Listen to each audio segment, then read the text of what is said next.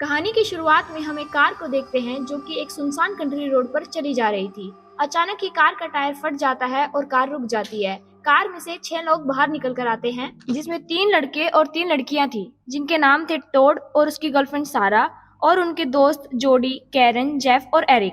ये लोग जोडी की छोटी बहन की सरप्राइज बर्थडे पार्टी में जा रहे थे, जो कि एक रिमोट टाउन में है। और ये सड़क भी इतनी सुनसान थी कि कई घंटों से इन्हें अपने अलावा और कोई दूसरी गाड़ी नहीं दिखाई दी। लेकिन टेंशन की कोई बात नहीं थी, क्योंकि इनके पास एक एक्स्ट्रा टायर भी थी, जिनको इसने बस लगाना है और वहाँ से निकलना है। और तभी सभी लड़के मिलकर गाड़ी के टायर को चेंज करने लग जाते हैं। पर वहीं पे सारा सभी की सेल्फी लेने लगती है और ऑनलाइन पोस्ट करने लगती है। पर वो देखती है कि यहाँ पे सही से सिग्नल रेंज नहीं आ रही है।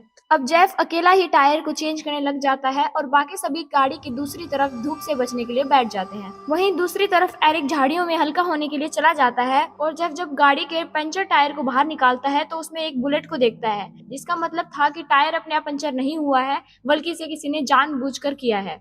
तभी बाकी सभी को एक आवाज सुनाई देती है और टोड देखता है कि उनका टायर ढलान से नीचे की ओर गिरता जा रहा था। टोड उस टायर को पकड़ने के लिए भागता है और तभी दूसरी तरफ जब सारा आती है तो उसके होश उड़ जाते हैं। वो देखती है कि जेफ के सर में एक छेद हो रखा है। किसी ने जेफ के सिर पर एक गोली चलाई थी। ये देखकर बाकी सभी के भी होश उड़ जाते हैं। इससे पहले कि सारा कुछ रिएक्ट करती, उस पर भी एक गोली चल पड़ती है। तभी सारा टोड की तरफ हाथ बढ़ाती है, पर उतने में ही उसके ऊपर एक और गोली चल जाती है और उसकी मौत वहीं पर हो जाती है। इतने में ही कैरन समझ जाती है कि कोई स्नाइपर दूर से गोली चला रहा है और वो अपने दोस्तों को भी कवर लेने के लिए कहती है। वो तीनों गाड़ी पर छुप जाते हैं।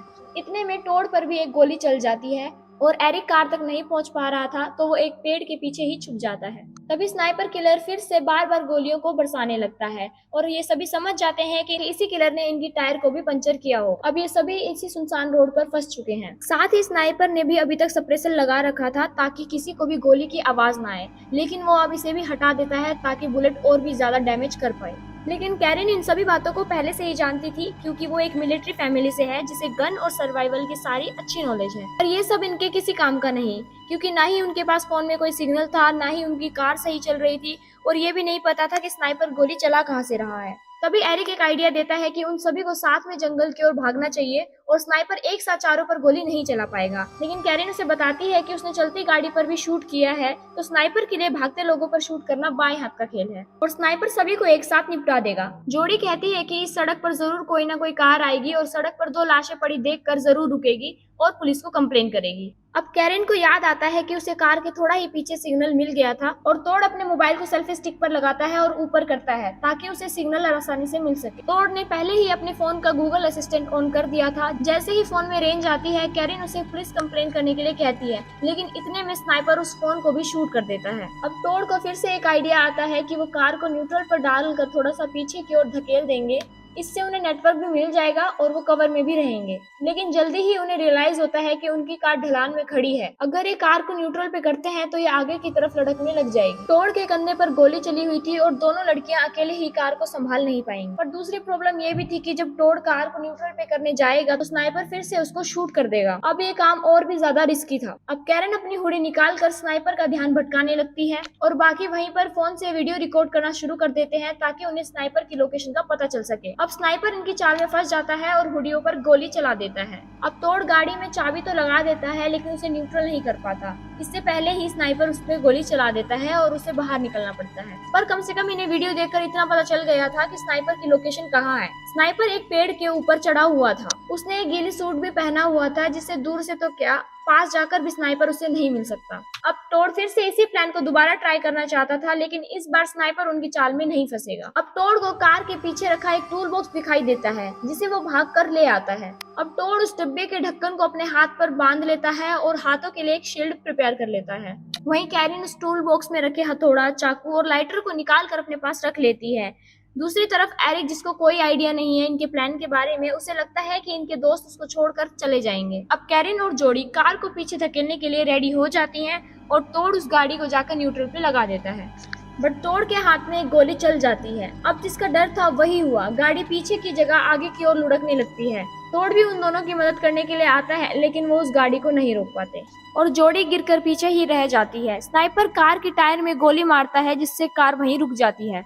पर अजीब बात ये थी कि जोड़ी ओपन में ही गिरकर बैठी हुई थी, लेकिन स्नाइपर उस पर कोई भी गोली नहीं चला रहा था। कैरिन को लगता है कि शायद स्नाइपर रिलोड कर रहा है, तो वो जोड़ी को भागने का आइडिया देती है। ये सुनकर एरिक भी जंगल की ओर भागने लगता है, लेकिन तभी सीधा एक गोली उसके पैर में आकर लगती है। लेकिन एरिक तभी भी नहीं रुकता और वो भागता है, पर दूसरी गोली स्नाइपर फिर से उसके दूसरे पैर पर चला देता है और तीसरी चलाता है उसके पिछवाड़े पर। अब स्नाइपर एरिक को तड़पने के लिए छोड़ देता है। असल में वो कोई रिलोड नहीं कर रहा था, उसने जोड़ी को चारे की तरह यूज किया था और कब एरिक अपने कवर से बाहर निकले और उसको मार दे। स्नाइपर के लिए बस एक गेम जैसा है। वहीं एरिक अपने पैर को बेल्ट से बांधता है ताकि उसका ज्यादा खून बाहर ना निकले, पर वो बेहोश हो जाता है। इधर कैरिन अपने साथ लाए हुए लाइटर से हथौड़े को गर्म करती है और तोड़ की चोट पर लगा देती है। इससे तोड़ को दर्द तो होता है, पर कम से कम उसका खून रुक जाता है।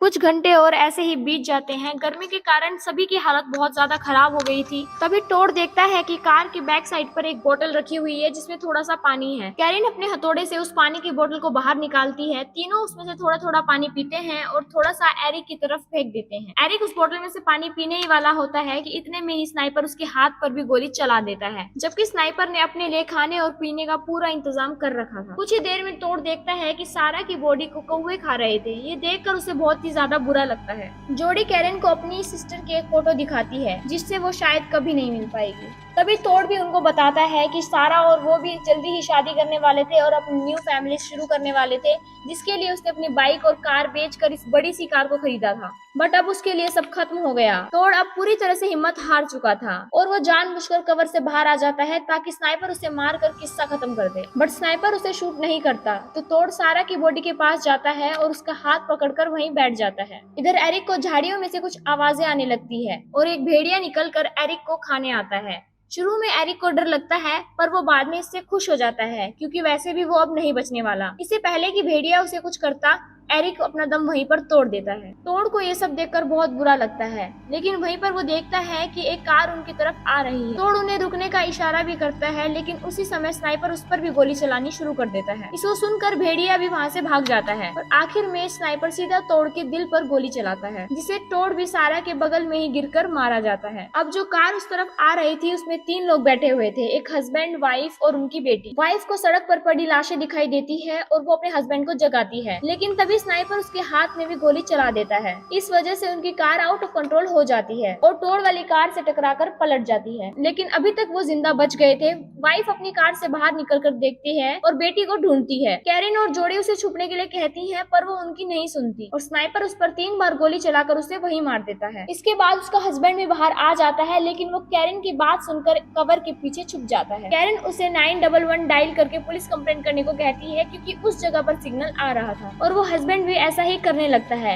लेकिन वो स्नाइपर उसकी कार की गैस टैंक पर गोली चला देता है, जिससे वहीं पर कार ब्लास्ट हो जाती है। थोड़ी ही देर में उसकी बेटी को भी होश आता है, लेकिन स्नाइपर उस पर भी गोली चलाकर उसे वहीं खत्म कर देता है। अब बस कैरिन और जोड़ी ही बचे थे, लेकिन उनके पास भी जिंदा रहने की कोई उम्मीद नहीं थी। जोड़ी कहती है कि कुछ ही देर में रात हो जाएगी और अंधेरे में वो भाग पाएंगे, लेकिन कैरिन को पता था कि स्नाइपर के पास नाइट विजन भी जरूर होगा और वो रात में भी उन्हें देख लेगा। तभी कैरिन की नजर उस जलती हुई कार पर जाती है और उसे एक आइडिया आता है। जैसे हम पबजी में गोलियों से बचने के लिए स्मोक ग्रे का यूज करते हैं, कैरिन भी ऐसे ही धुएं की आड़ में भागने का प्लान बनाती है। कुछ घंटों में रात भी हो जाती है और चारों ओर अंधेरा हो जाता है, लेकिन स्नाइपर को इससे ज्यादा फर्क नहीं पड़ता। वो अपना नाइट विजन ऑन कर लेता है। इधर जोड़ी और कैरिन कार के टायर को चाकू से फाड़ कर ट्यूब को बाहर निकालने लगती हैं और उसे कार के बैक सीट में पटक कर आग लगाने लगती हैं, जिससे ढेर सारा धुआं निकलने लगता है। इन दोनों ने अपने मुंह पर कपड़ा भी बांध दिया था क्योंकि टायर का धुआं बहुत ही जहरीला होता है। अब स्नाइपर को कुछ भी नहीं दिख रहा था, तो वो अंधाधुंध कहीं भी गोलियां चला रहा था।